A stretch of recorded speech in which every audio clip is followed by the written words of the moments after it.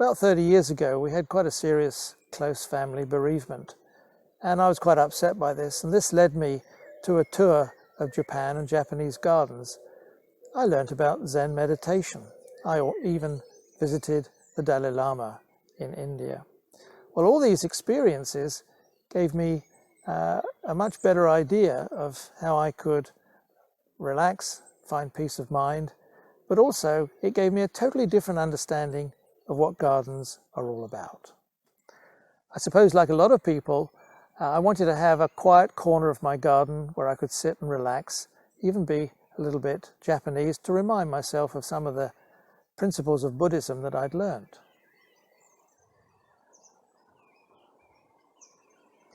When we first arrived at the garden, it was just a jungle. We had a 100-foot cliff to cope with to create paths along, and it was obviously used to be a quarry.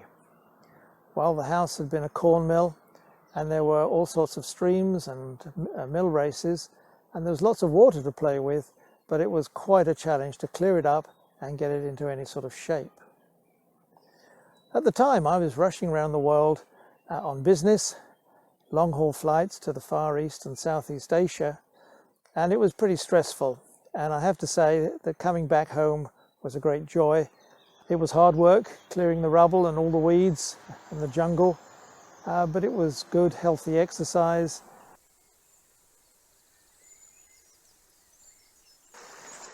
I'm a great believer that gardens are meant to be sat in, and so what we've done is put around the garden about 15 benches where people can sit and relax in quiet corners, but always you can hear water running through our cascades.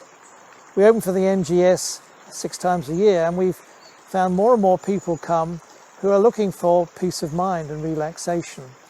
And we get a lot of retired people and some people with mental health issues and dementia, often with carers. Well, every season brings new surprises. The hellebores in March. We have a big collection of double hellebores. The pond comes to life with Iris siracorus, lots of yellow flowers and other plants. Rhododendrons in May.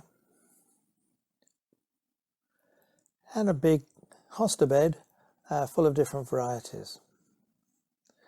Well, of course, in June we get roses throughout the garden. Lots of old-fashioned roses, and then gladioli a little later, and then dahlias and chrysanthemums. Well, being an overweight businessman, I'd had diabetes for many years, and when I retired, I started gardening with a vengeance and got onto a healthy diet and managed to lose 20 kilos over about 6 months. Combination of gardening and vegetables and salads made a big difference to me. I brought down my blood pressure, I improved my cholesterol, and my diabetes is now under control. At the same time, my mother-in-law sadly was going through a period of cancer and undergoing cancer treatment, and she often loved to come to the garden, particularly in the summer, where she could recuperate over this time of treatment. She loves the garden and she thinks that it saved her life.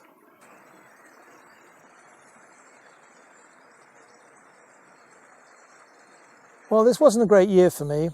I fell headlong into a ditch and broke my spine in 4 places. It was the most terrifying time of my life. They took me to hospital, strapped me in a metal frame halo to hold my spine into position, and for 2 or 3 months I had to stay here recuperating at home. I have to say that the first time I came back from hospital after a couple of bouts, it was just a joy to get back into my garden and to enjoy the peace, quiet, the beauty, even the sense of balance and harmony that nature gives us. Realizing that I could have died, it was quite an experience to come back and enjoy being alive, celebrating nature, and just sitting in a soothing, relaxing place, everywhere surrounded by water.